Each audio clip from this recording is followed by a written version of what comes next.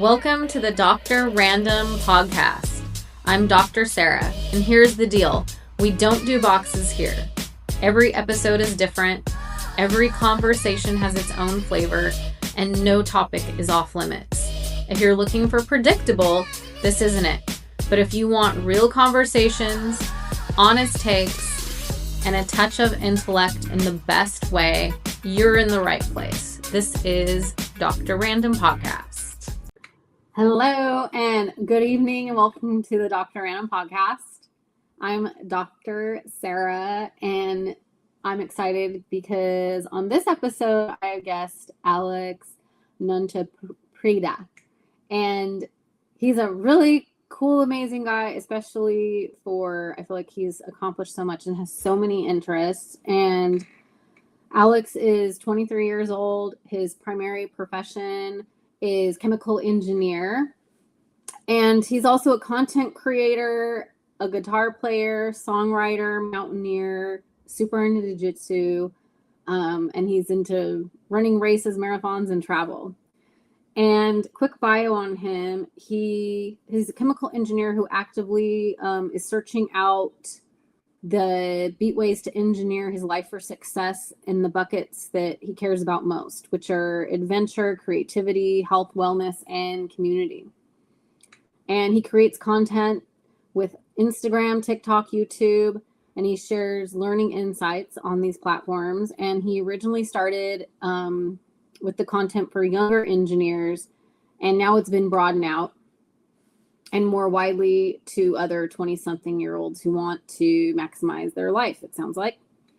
And he recently also started a podcast himself called Engineer My Future. And he does a mix of solo episodes, and he discusses learnings and then guest interviews. And he asks interesting people about their habits, strategies, routines that have led to their success. So that's a little intro on Alex. And so, Alex, I'm going to kind of let you take the floor, do a little intro that you like to do on yourself. Certainly. So I would say kind of as everything you've gone through, there's quite a lot of different buckets and avenues that I've chosen to take my life down over the past few years. Mm-hmm. And ultimately, I think it starts with, I was a curious kid. My parents talk about when I was 2, I had my multiplication tables memorized front to back up to 12. And I was obsessed with animals, Nat Geographic, learning about tapirs and okapis and pipitodes and all these weird creatures. And then, I was obsessed with space. And so I remember I was in 1st or 2nd grade. I built a model rocket that, at least in my memory as a 2nd grader, was taller than me. And so that's kind of been a thing that has gone through my entire life sort of as a through line. And ultimately, as I went into high school, I got interested in chemistry, and I felt that I wanted to go somewhere in that route, but I didn't understand exactly what I could do if I got just a chemistry degree. I wanted something where I could apply my skills. I could be building things with my hands. And so that's why I chose engineering. And once I went to engineering school, I realized what I was learning in school was not just thermodynamics, physics, calculus. It was more the mindset that I was getting out of my education. And something that I think is really unique about engineering is you're building a problem-solving skill set for 4 or 5 years for me when I was doing my master's degree. And so with that, that's something that I've then taken out into my entire life. And the reason for starting my podcast, the reason for climbing the mountains, doing jiu-jitsu and all these different things is I'm just trying to find the best ways to optimize and maximize everything that I care about in my life. And that's really been the mission for the past 23 years. And I mean, like I brought up and you've brought up, I'm still 23. And so I'm trying to learn as much as I can every single day and just get exposed to new ideologies, new methods, and people's different ways of doing things. And so it's been really interesting just hearing people through my podcasts and why I'm trying to get onto other people's podcasts and just talk to as many people as I can and just broaden my worldview. I love that. That's awesome. And I think something that we connect on to is I know we talked a little bit about how you're into skiing, I snowboard, just that lifestyle there. And I know that was previously discussed a little bit. I know I mentioned that I worked actually at Mammoth Yes, during COVID. And kind of interesting because I normally was working as a paralegal, but I had this thing in me where it was like, I had to work. I was like, I gotta work, and so I saw that Mammoth was hiring, and I did this role called vacation specialist. So it was kind of interesting because it was a remote role. So I was able to actually complete my master's in fine art classes while I was doing this remote job.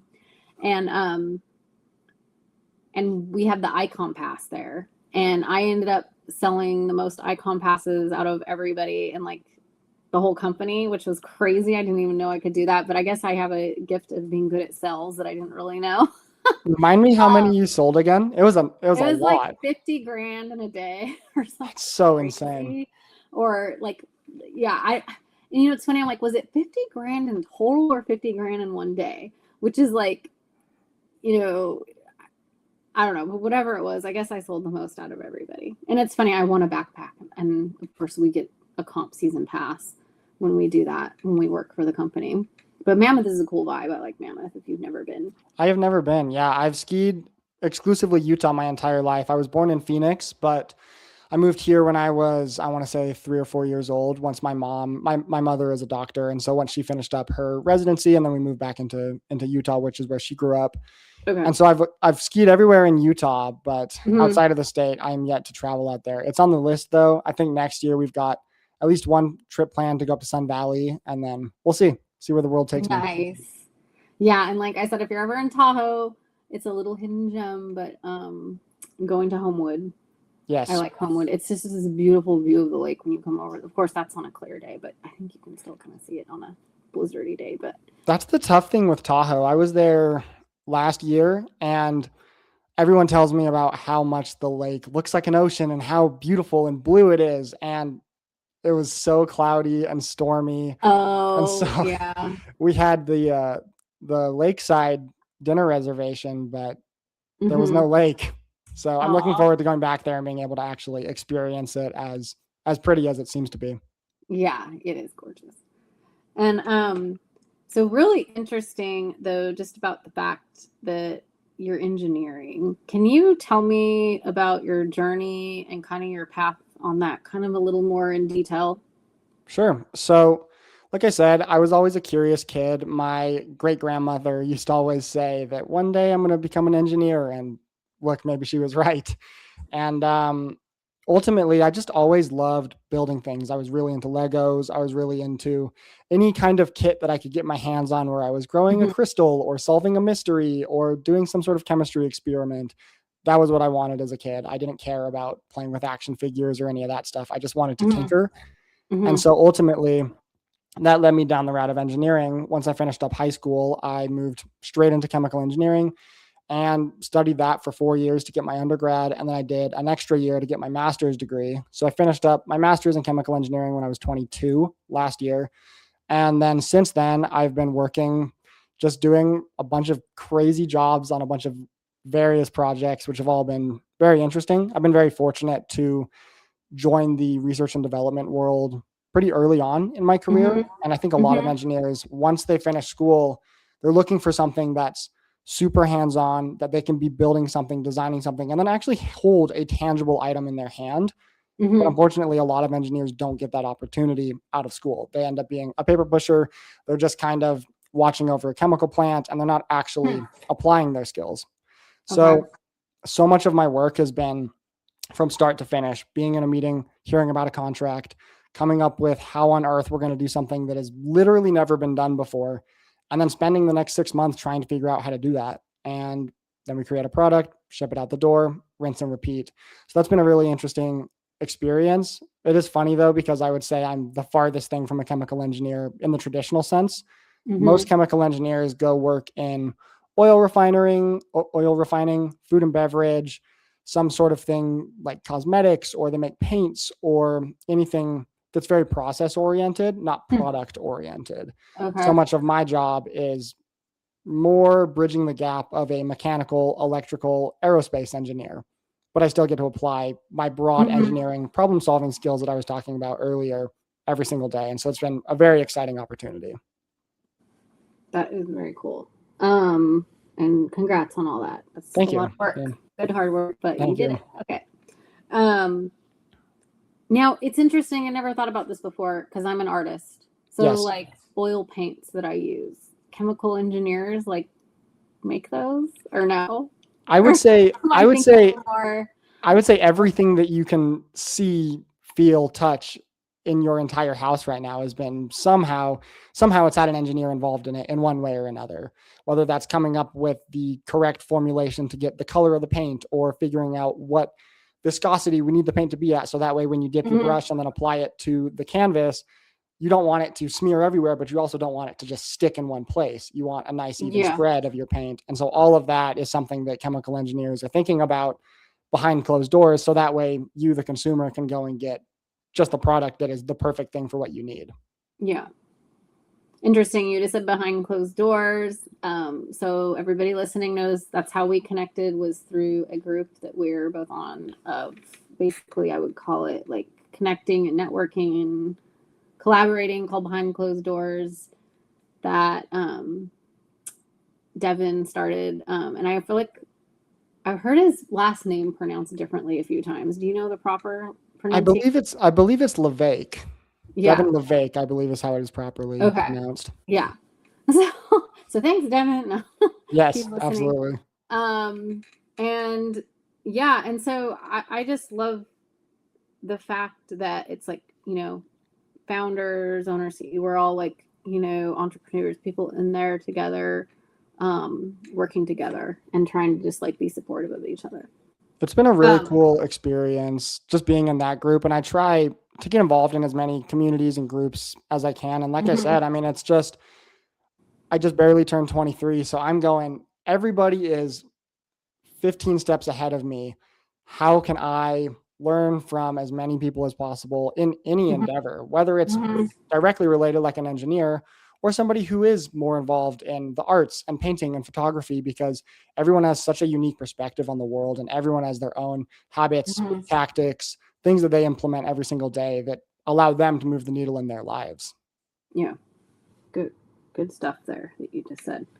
And so as far as you being a content creator, can you kind of tell me what you would say is your, I don't know, your norm or what you focus on with being a content creator that you kind of want to share with the audience? Yeah. So I started creating content about 2 years ago. That was during my senior year of my undergrad in engineering. And I really just I actually started making content about music before I ended up going into what I do now. And so I'd make guitar tutorials and here's how you play this song, here's how you play that song. And eventually that just slowly morphed into me sharing more about my life, talking about, hey, here's what I'm doing. I figured I'm not the only kid who's going through engineering school right now. I might as well document it. So I started to talk about that journey, and I brought up just, this is how I'm passing my tests. This is how I'm getting internships. This is how I got my job.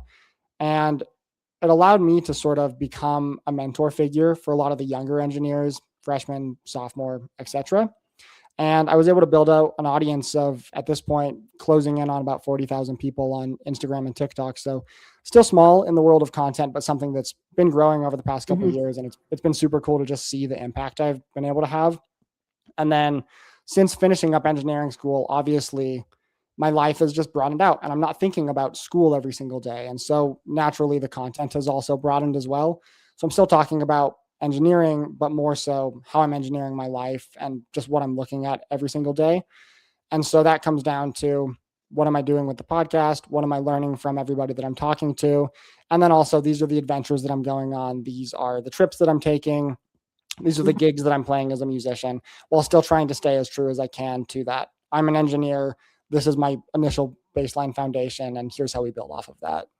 And so then that's just basically transformed into posting a crap ton of talking head content and trying to make as big of an impact as I can. I love that, because it shows that like you, by mentoring and helping others, that's what's needed, in every avenue or corner of, pursuits, dreams, careers, whatever, academia. The fact that you're willing to do that is very cool. So kudos to you on that. Thank you. And, and I think, you think about the times when you have somebody in your life who does step up, or somebody who's willing to do that, it can make a big difference on your path. You never know, some words of wisdom or even encouragement that could change somebody's day or drive or what they're doing, because sometimes maybe they're struggling with something, and then you can be that beam of hope for somebody. Yeah, absolutely. So that's very cool. And then your guitar playing and singer songwriting, what genre of music, like, what's your favorite? Like, if I was to ask you, okay, what's your favorite song, who's your favorite band, which I'm sure probably influences your style. Definitely. Favorite artist, hands down, John Mayer. And I think I will probably die on that hill forever. I got into guitar when I like to tell people that I got into guitar because I just wanted to express myself musically as much as possible. But in reality, I think I was just trying to compete with my little sister. She got a ukulele for Christmas, and so I needed to add 2 more strings. And so I picked up guitar. And that was in the middle of high school.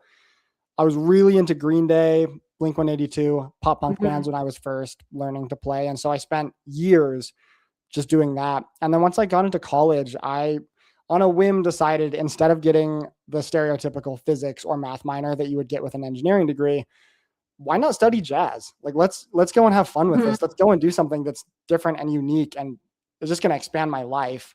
And so I started studying jazz. I got really into Wes Montgomery and jazz guitar players like that. And then that's where I found artists like John Mayer, who Mayer went to Berkeley. And so he applies a lot of these jazzier techniques into pop music. And so that's really been what's influenced me now, creating my own songs, writing my own music, playing shows. I have a gig. Let's see, today's Thursday. So in 2 days, I'm playing just a solo acoustic singer-songwriter gig, but playing everything from that to with a full 5 or 6 piece band, jazz orchestras. Yeah. And at this point, I mean, I've had the opportunity to play at least 100+ gigs. And that's been a very cool thing to just get into. So cool. Love that. I give you a little background on my music. I grew up playing violin. Okay, cool. Yeah. And I had like private lessons over the summer and stuff. And I kind of dreaded it, but I kind of feel like my music teacher is kind of mean. That can be the make or break right there. Good teachers are everything. Yeah. Like, I just remember, and I don't know, people are going to laugh at this. Like, I'm petite, and I have like very small hands and feet, but like I had to get a special size violin. Okay. Like, they had to find me a petite violin. Like, and it was like, oh my gosh. And but I just remember I would watch all my friends like at a pool party or going to do all these things all summer, and I was stuck practicing violin. But now it's funny, I love classical music, and I also actually like jazz. I like all different genres of music, but I sort of wish I stuck to it now. I kind of regret that I didn't. I mean, it's not saying I can't go pick it up again, but I don't need anything else right now. Sure. And I also played guitar. But I talked about this actually in another podcast. I actually went straight to electric. Yeah. Like, Yeah. I started playing electric, and then I did acoustic. What was your experience with that? Because I did the reverse. You did the reverse too? Mm-hmm. I enjoyed it, but I knew that there were like skills I needed to learn from the acoustic, though. You know what I mean? Yeah. Because I don't know. And then I love it that I used to be able to read music, but what's funny, like now if somebody put a music sheet in front of me, I would need to relearn it all again. Yeah. I mean, I'll be honest. I learned that skill in school. It was just basically a requirement to go and get a minor in jazz, but I have not read a chart since the last time I played a jazz gig. And even then, when I was reading the chart, it basically meant I had read it so many times that I had memorized it. And then I was just kind of occasionally looking at it to know where I was. And so it's tough. I mean, if you were trying to play in a string quartet and be in a pit orchestra, obviously you have to be able to read music, but just depending on what you're doing, so much of it comes down to just feel and being in the moment and Yeah. kind of riding the wave of the song. And Hmm. I find myself there almost all the time. Yeah. Um, and it's, and you were saying, so do you write your songs more for yourself, or do you consider that like a profit for yourself? Like, do you kind of try to make money off your songwriting, or is it more for joy, for yourself, for sharing with people? Just curious. I think if I tried to make money off my songwriting, that career would end very quickly. I think when I first got into music for a long time, my whole thesis for my life was I'm going to be the next Taylor Swift. And for whatever reason, and I can't really put my finger on it, Mhm. 3 or 4 years ago, that just sort of changed and I no longer had as much of a drive to want to do that. And I think what it comes down to is just I enjoy it more when I'm not going, I need this to make me money. I Yeah. need this to work because then I can just be there in the moment and have fun with it. And I found that, kind of like you've said, I have so many other things going on. And so I would rather just have music be my nice, fun little escape that I get to go off Yeah. to and Hmm. not be something that's like, this is the Trojan horse of my life. Hmm. And I'm going to make $5 a night and maybe it's going to work out one day. Yeah. Okay. Um, cool. And any experiences playing or any funny stories, anything memorable you want to share about when you're, up there on stage or playing your music? I think, I mean, I have pretty much every crazy gig story known to man. Everything from breaking guitar strings on stage to having your entire guitar just break on stage. Hmm. I've crowd surfed while playing with a wireless guitar and played a guitar solo while crowd surfing. When I actually, probably the weirdest thing that we used to do when I was in early high school playing in bands, I was in punk bands and I used to be known as the backflip kid or the Thai ninja in high school. So my whole shtick was that I'd play an entire pop punk set and then I would just give somebody else in the band my guitar and just do a backflip on stage. Uh-huh. So maybe I inspired Benson Boone, if you're familiar with him. Um, so I like to think I was doing flips on stage first, but Oh. I've done all sorts of crazy things, and it's been Hmm. just a wild ride. But I think the biggest thing that I've taken from it is just the connections that I've been able to make with people. And I'm sure you see this with your art and when people receive it well, but there's just nothing like playing a song and seeing that the people are there in it with you in that moment for the 3, 4, 5 minutes that you're playing. There's something really special about that, to be able to connect with an individual in a crowd. And so, I mean, I frequently play moderate sized crowds, a couple hundred people, and I try every single show Uh-huh. to lock eyes with one person and just be there with them for 15 seconds, be there with the next person for 15 seconds. And it's been really cool to have that experience. And then to have so many people after a show just be like, hey, that really was a great time. And whether it's that song really changed my outlook on life, or it's simply just, dude, I had a great Saturday night. I'm here for both of them. I think it's awesome. That's cool. That's awesome.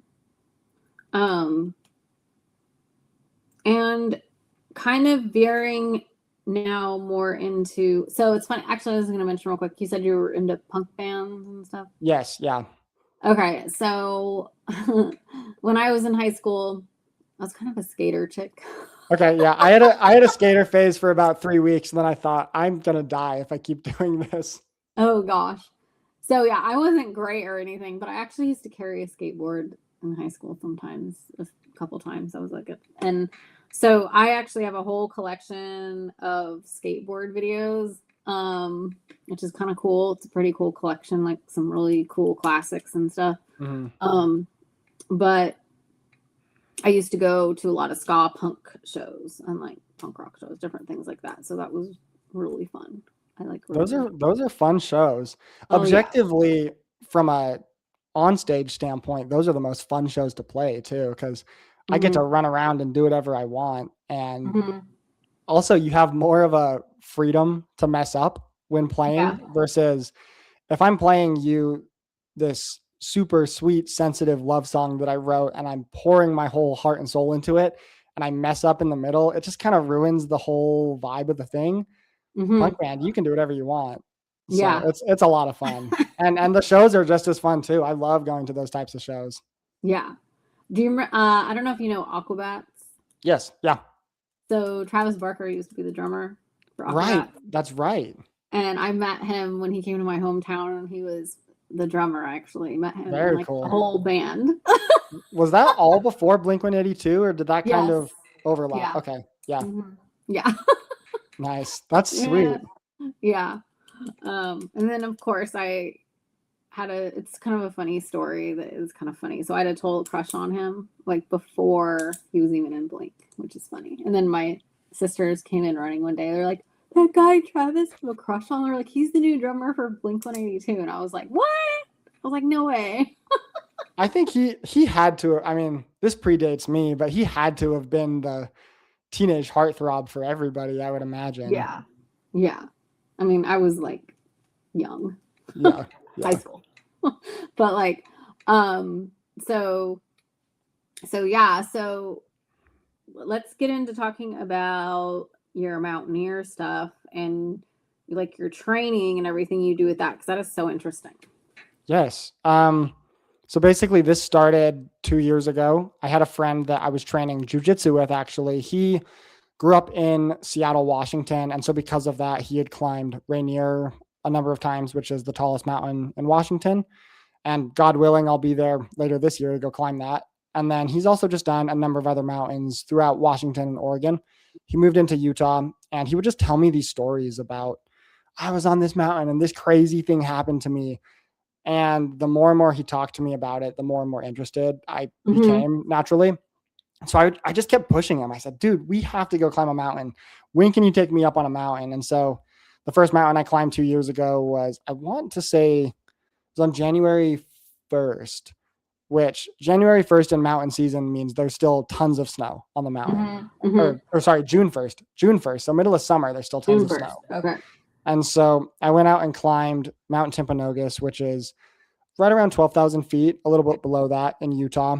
And so I went, climbed that mountain, thought I was going to just conquer it. And boy, was I humbled. It was easily the hardest thing I had ever done in my entire life.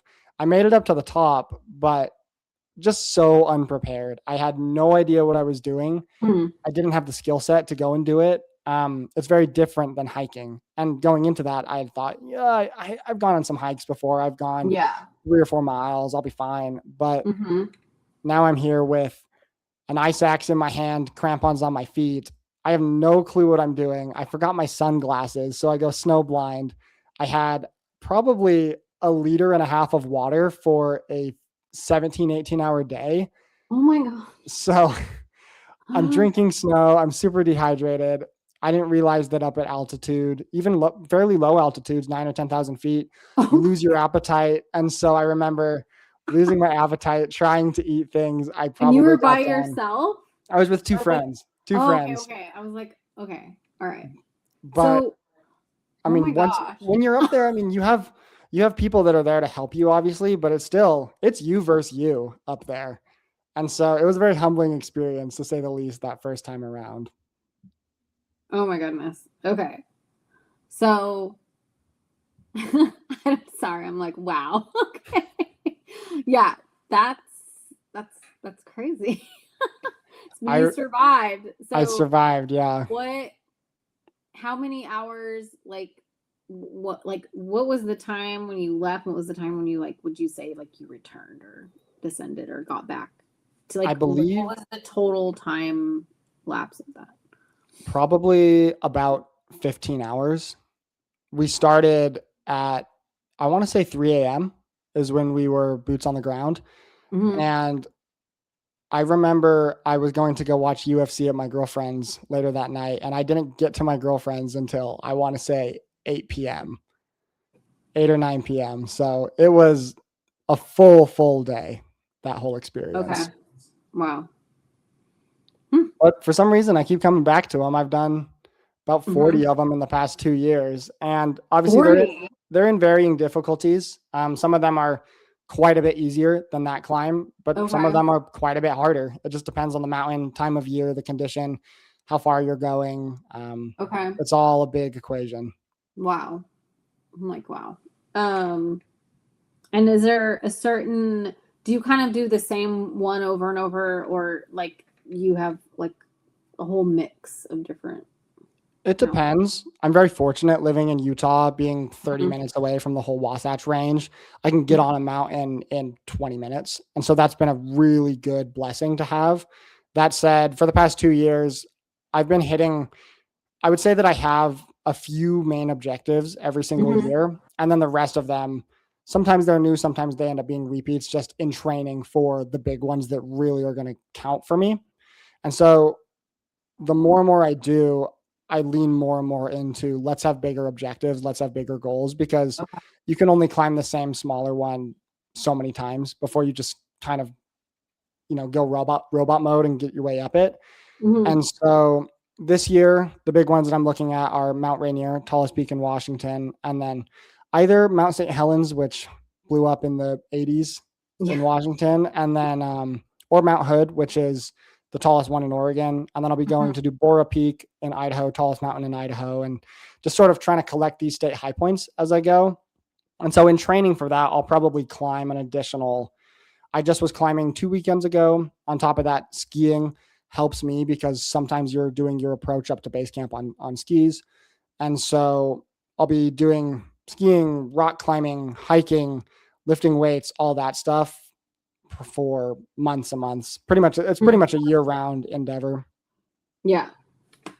All right. That's BA. Um, and like how you were talking about the water, I'm just curious, how do you, because I think like as a girl, I'm like, okay, I would feel like that would get heavy or awkward. So I'm just curious, what do you do about the water part? It definitely gets heavy. I would say Okay. my average pack is anywhere from 30 to 60 pounds, depending on the thing.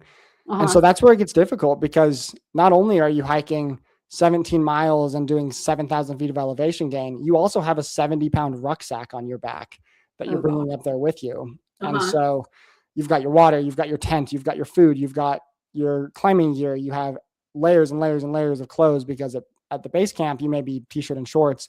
At the top, you're in 3 layers to make sure that Uh-huh. you don't get frostbite. And so all that being said, with water, there's a number of things to do. If it's shorter, meaning it can be done in a day, typically I will just suck it up and bring the water that I need. If it's a longer Mhm. one, then usually I will in the in order to maximize my time on the mountain, I will bring Mhm. less water so I can move faster. And then Okay. either bring some sort of filter if we're on something that doesn't have a whole lot of snow and there's a stream or a creek or a lake, or just bring a stove and start boiling snow and ice to get yourself some water. Okay. It's interesting. That's But make all sure good you bring stuff. enough. I'm learning something. Okay. Definitely. The big thing is you need to make sure you have enough water and you need to make sure that you are constantly sipping on your Mhm. water Mhm. because I've made that mistake many times. You're just so in the moment. You're going, going, going, going, going. You're not thinking about how many calories have I gotten in over the past hour? How much of my water have I Uh-huh. had? Especially because typically you're not going to have a camel pack where you've got a straw. Reason being that straw can freeze on you when you're up in the mountains. And Okay. so it kind of doesn't work. So because Yeah. of that, you have a Nalgene in the back of your pack. In order to Mhm. get your water, you have to take your backpack off, open it up, grab the water bottle. So a lot of the time, you're not really thinking about it. You're just kind of going. And then it's been 3 or 4 hours. You haven't had a drink or anything to eat. And then you start Mhm. to feel really, really sick. Okay. Dang, dang, dang. Okay. So interesting. Um, and then, and it sounds like you also, I want to get into this, your jujitsu. And I didn't know what BJJ stands for. So can you tell the audience what that is?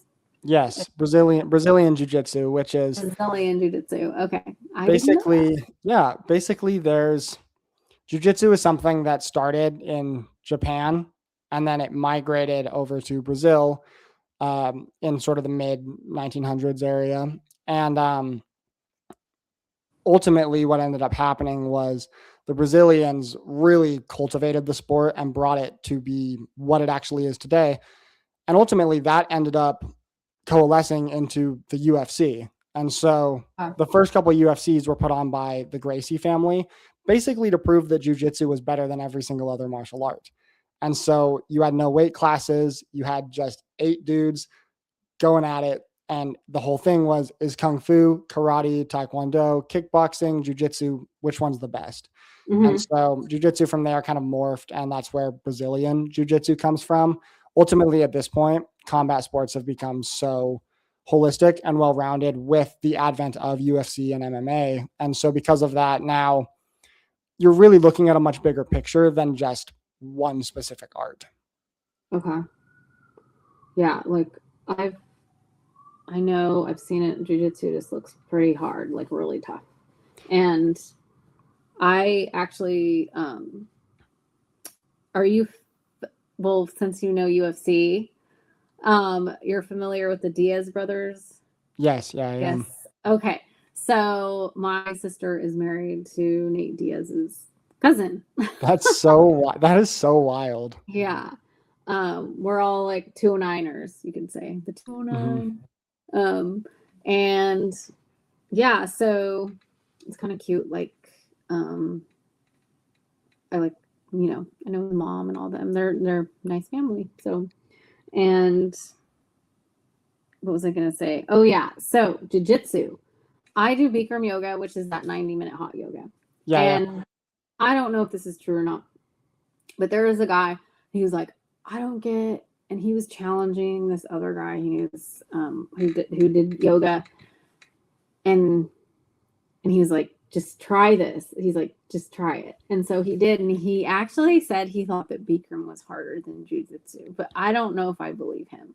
Because I do Bikram a lot, but I think it's a different kind of hard. Do you know what I'm saying? I don't think I could ever do jiu-jitsu. I mean, I don't think I could. I don't know. But because the Bikram, you repeat every pose, you do each pose twice, you rest in between, and it's 90 minutes and 105 degrees.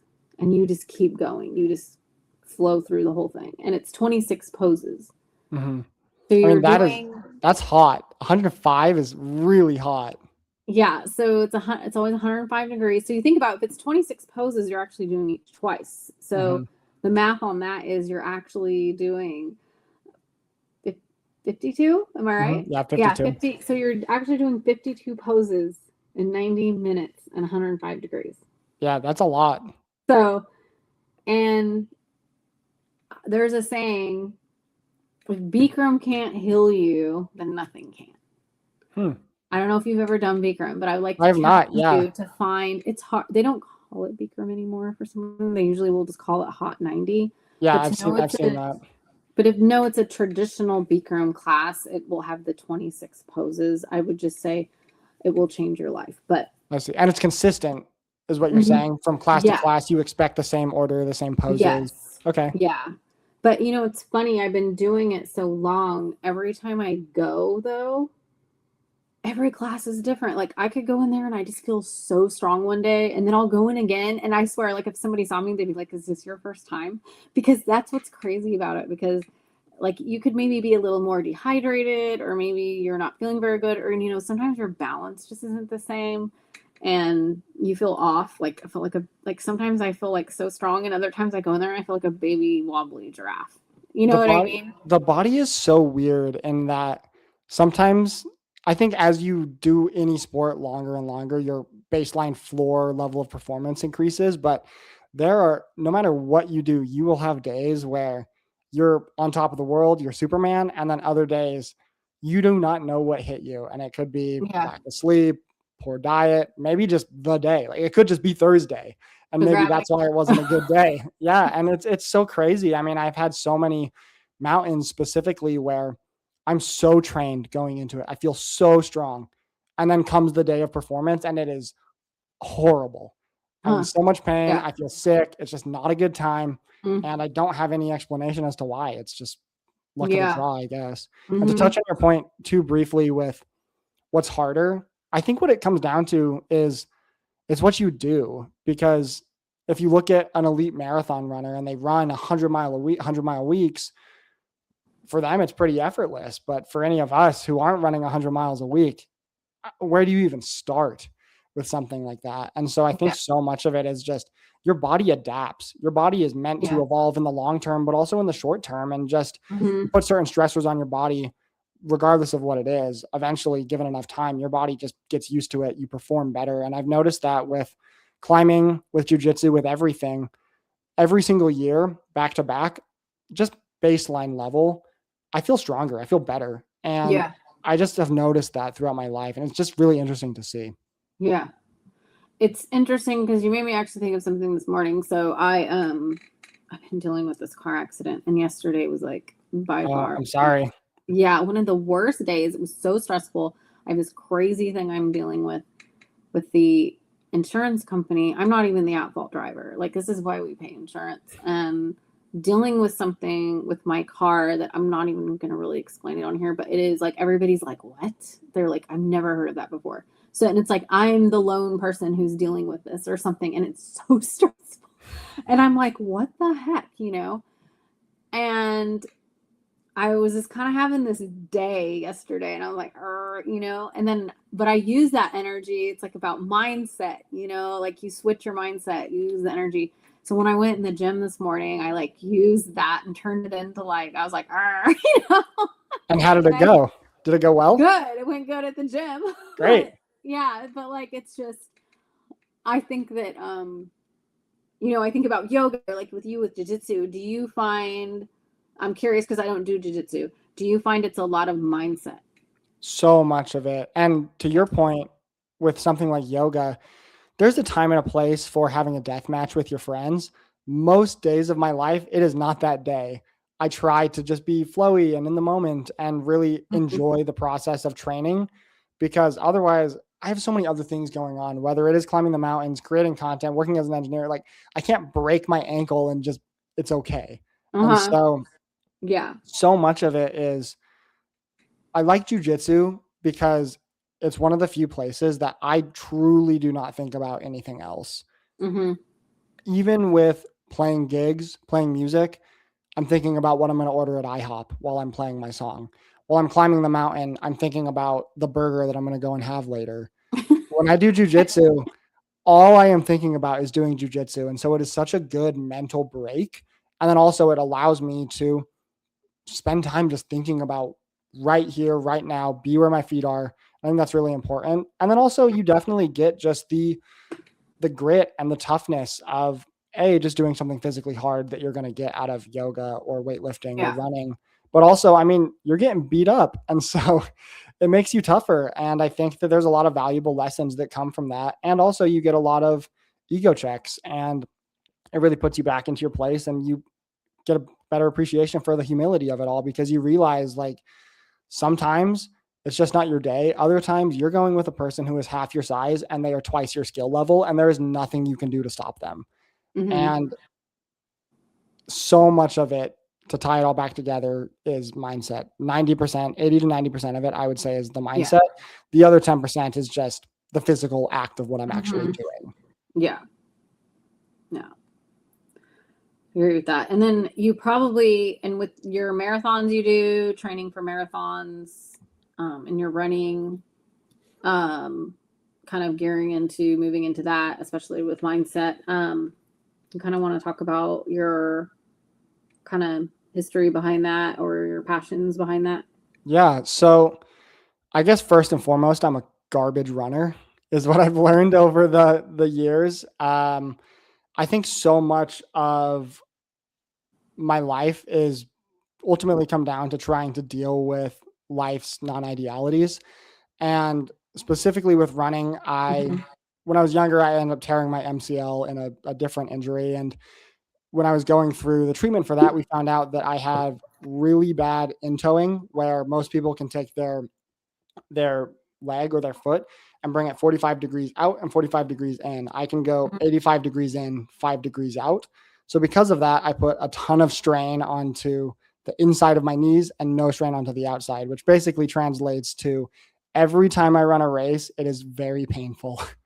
So because of that, I have been forced to kind of adopt interesting training methods. The thing that I've really been experimenting with as I'm in marathon prep, I have a marathon too soon. I have a marathon in about a month, probably, I think about 5 weeks. It's on April 25th. And so for the Salt Lake Marathon, I plan to do what's called run, walk, run, which is really something that's gained a lot of popularity from, I believe, Jeff Galloway or something Galloway. Jeff or Scott Galloway is the person who ended up coming up with this method. And so I have been trying to practice this as much as I can to just lower the amount of workload and strain that is happening to my body. And so ultimately that's looked like running for 6 or 7 minutes and then walking for a minute and then rinsing and repeating that cycle.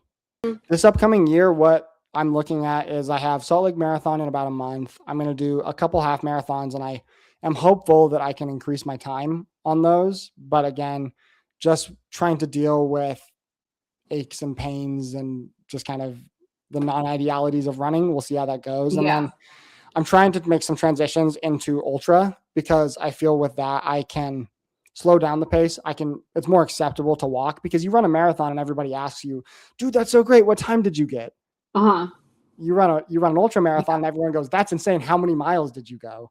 And I also feel that I'm in a more familiar environment there. Truth be told, running on pavement hurts, but trail running, being on soft dirt is something that I feel is not as painful. And also I'm more familiar with it. I mean, I spend so much time in the mountains, hiking, jogging, trail running, and all that different stuff. And so I think it just naturally makes more sense in a weird roundabout way to actually look at races longer than 26.2 miles and start playing with 31 miles for a 50K or a 50 miler or 100K, 100 miler, etc. Wow. That's a lot. I've done a 5K. Okay. Yeah. I mean, but that's where you start. Yeah. But like, I'm sure I've ran longer. I was in cross country in high school. And so do you think those were longer than a 5K? I'm sure they were. I would imagine. I know some cross country kids that were running insane amounts in high school. Yeah. I only did it 1 year, but I enjoyed it. But like, I used to run more when I lived by the beach. I mean, I have no excuse. I can go run on the beach here. I need to start doing that actually. But I used to run more myself. And I love running on the beach, like in the morning. Like that's one of my favorite things.